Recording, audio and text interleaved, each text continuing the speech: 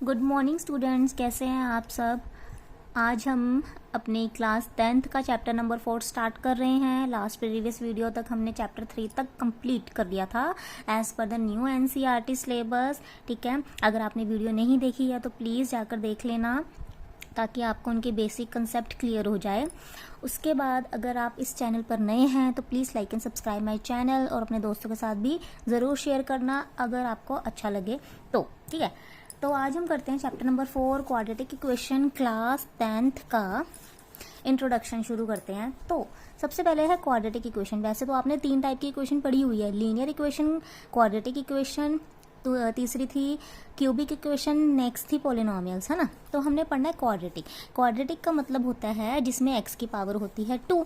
तो quadratic equation को general form में हम ऐसे लिख सकते हैं ax² plus bx plus c is equals to 0। और a b c सारे नंबर्स हैं रियल नंबर्स। अब रियल नंबर्स तो आपको पता है ना क्या होते हैं, मैंने चैप्टर नंबर 1 में आपको इंट्रोडक्शन में ही बताया था। ठीक है, दूसरी कंडीशन क्या है, इसमें a होना चाहिए नॉन जीरो। ठीक है, अब इसका एक हम एग्जांपल ले लेते हैं। एग्जांपल मान लेते हैं मेरे पास है 7x² plus 2x plus 10 is equals to 0। तो यहाँ से कंपेयर करेंगे तो ये a की वैल्यू है, ये b की वैल्यू है, ये c की वैल्यू है।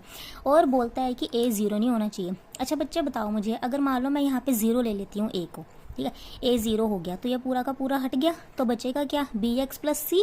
यानी कि अगर इसे हटा दिया तो बचेगा क्या, 2x प्लस 10। इसका मतलब ये तो क्वाड्रेटिक नहीं रही ना, क्योंकि पावर हमें 2 चाहिए थी। तो ये कौन सी इक्वेशन रह गई, लीनियर इक्वेशन। डन।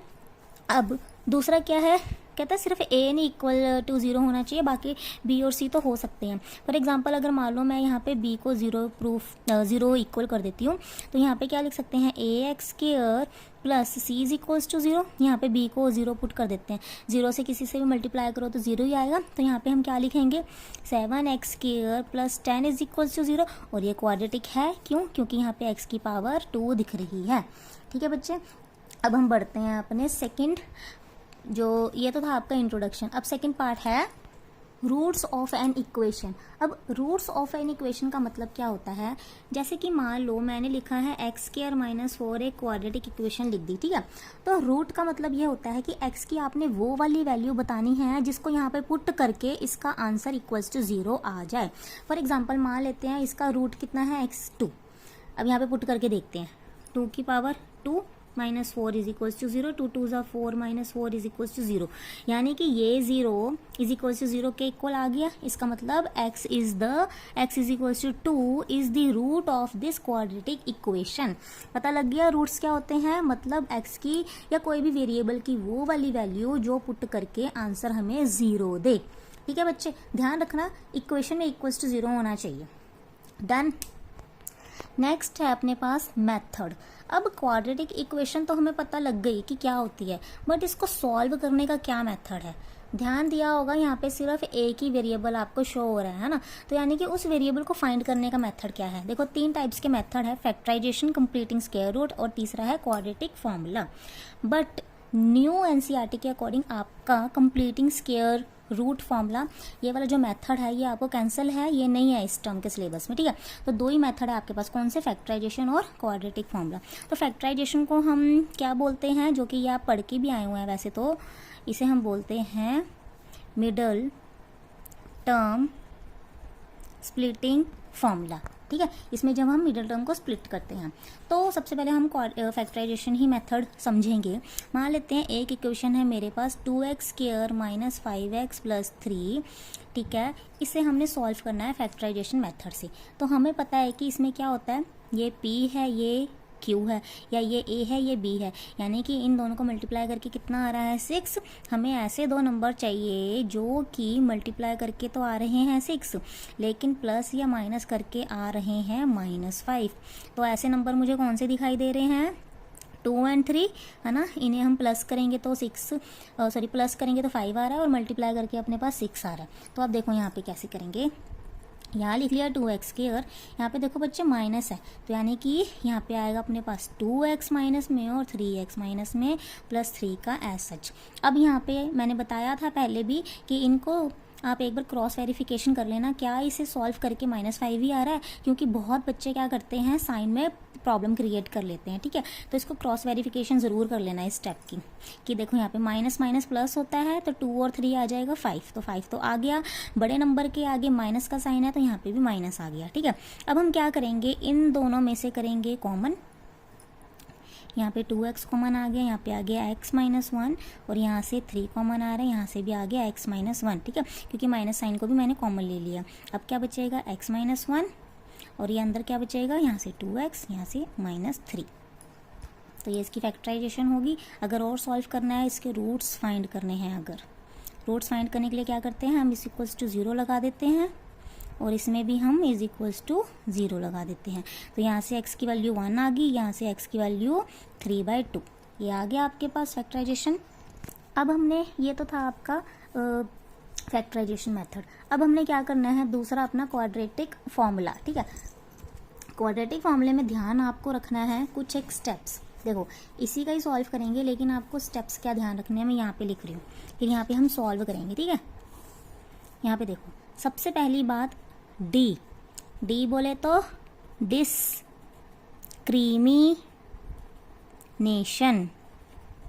क्या बोला मैंने, डिस्क्रिमिनेशन। तो डिस्क्रिमिनेशन का फॉर्मूला क्या होता है, b² माइनस 4ac।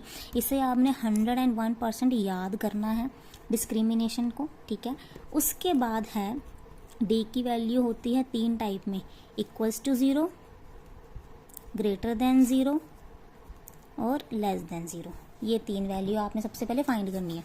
अब इनका मतलब क्या है, इक्वल्स टू 0 का मतलब होता है अपने पास 2 इक्वल एंड रियल रूट्स आएंगी, रियल रूट्स, ठीक है। ग्रेटर देन 0 का मतलब होता है 2 रियल एंड डिस्टिंक्ट रूट्स आएगी। इसका मतलब ना आपको सब बताऊंगी, ठीक है। इसका मतलब होएगा नो रियल रूट्स। और फॉर्मूला क्या है, x is equals to minus B plus minus root D upon 2a। ये है आपके पास फॉर्मूला। अब देखो d का नाम है यहाँ पे डिस्क्रिमिनेशन, d का फॉर्मूला होता है b² माइनस 4ac। अगर d की वैल्यू इसे सॉल्व करके मान लो अगर 0 आ रहा है तो आपके पास 2 वैल्यू आएगी x की, कौन कौन सी, एक तो वो दोनों होने चाहिए इक्वल, ठीक है, क्या पता 2 और 2 ही आ रहा है, और दूसरा है रियल रूट्स होने चाहिए। ये रियल लिखा है मैंने, रियल नंबर तो पता है ना आपको, अब फर्स्ट चैप्टर में करवाए थे, तो रियल हो सकते हैं, यानी कि रैशनल और इरेशनल का मिक्सचर हो सकता है, ठीक है। या एक ऐसी भी आ सकती है, रूट टू भी आ सकता है, क्या पता ऐसे आ जाए 1/2 कुछ भी आ सकता है, ठीक है। दूसरा है अपने पास अगर ग्रेटर देन आ जाए 0 के, मान लो d की वैल्यू 4 आ जाए तो क्या होगा, 2 आएगी ना वैल्यू, तो क्या आना चाहिए, 2 रियल और डिस्टिंक्ट रूट्स आएंगी, ठीक है। अगर d की वैल्यू मान लेते हैं 4 आ रही है तो इसका मतलब x की मेरे पास 2 रियल रूट्स, रियल वैल्यू आएगी, और डिस्टिंक्ट का मतलब है दोनों अलग अलग आएगी x की, ठीक है। मान लेते हैं क्या पता एक 1 आ रही है, दूसरी 2 आ रही है।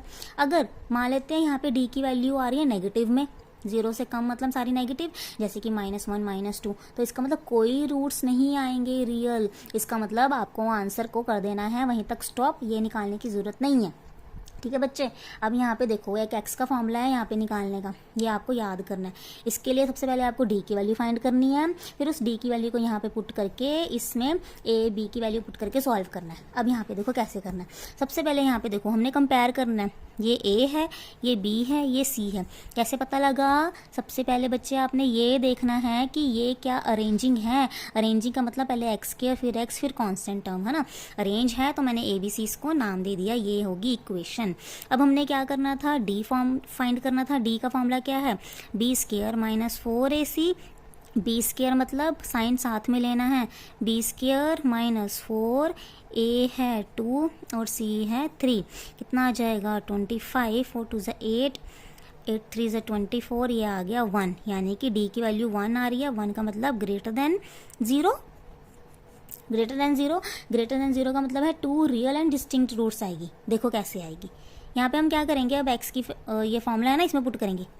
माइनस b की वैल्यू कितनी है भाई, -5, तो हमने -5 लिख दिया, प्लस माइनस हाँ जी भाई, डी की वैल्यू कितनी आई है 1, नीचे है 2 इंटू ए की वैल्यू कितनी है 2, 5 हो जाएगा यहाँ पे, प्लस माइनस 1 का रूट 1 ही होता है, 2 2 ज़ा 4। अब इसका मतलब है एक बार हमने प्लस के साथ लेना है वैल्यू, एक बार हमने माइनस के साथ वैल्यू लेनी है। कितना आ जाएगा 5 और 1 6, 6/4 आ जाएगा, 6/4 और 6/4 की कटिंग करके आ रहा है 2/3, ये कितना आ रहा है 4, यहाँ पे 4/4, इसकी कटिंग करके आ रहा है 1। तो यानी कि इसके रूट्स कौन से आ जाएंगे एक्स के अपने पास 2/3 और 1। अब यहाँ पे देखो रियल भी आ रही है, रियल वैल्यू है ना, ये अपने पास फ्रैक्शन में भी आ सकती है या पॉजिटिव इंटीजर आ सकता है, नेगेटिव इंटीजर भी आ सकता है। दूसरा क्या है अपने पास डिस्टिंक्ट, यही लिखा था, एक तो 2 रियल और डिस्टिंक्ट आनी चाहिए। डिस्टिंक्ट मतलब अलग अलग आ रही है ना अपने पास, तो ये है डिस्क्रिमिनेशन मेथड, और ये बहुत ज़्यादा यूज होने वाला मेथड है, ईजिली मेथड है, ठीक है। अगर आपको फैक्टराइजेशन आता है मेथड निकालना स्क्वायरिंग फॉर्मूले से, तो आप वो भी कर सकते हो, बट इंस्टेड ऑफ दैट कोशिश करो कि आप क्वाड्रेटिक फॉर्मूला ही यूज़ करो। शुक्र है आपको कंप्लीटिंग स्क्वायर रूट तो हट ही गया, ठीक है, वरना तो एक और पढ़ना पड़ जाता, ठीक है भाई। तो इसी के साथ ही ये अपना इंट्रोडक्शन होता है ख़त्म चैप्टर, ठीक है, 4th चैप्टर का। उसके बाद नेक्स्ट वीडियो में हम करेंगे अपना एक्सरसाइज 4.1। वीडियो अच्छा लगे तो लाइक एंड सब्सक्राइब करना। Till then bye bye.